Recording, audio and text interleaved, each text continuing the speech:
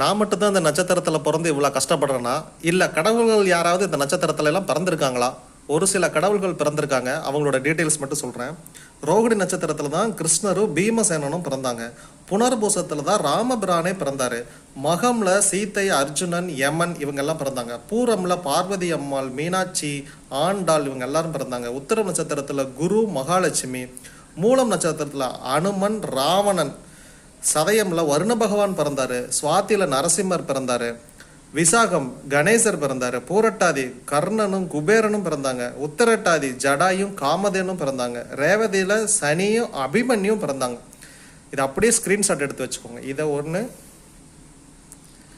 ஒன்று சொல்லாத தவிர மீதி நட்சத்திரங்களில் என்னென்ன யார் யார் பிறந்திருக்காங்கன்னு பார்த்துக்கோங்க. இதில் 2 விதி விலக்கு இருக்குது. என்னென்னா, ஒரு வில்வ மரம் சிவனுடைய அருளால் பிறந்தது.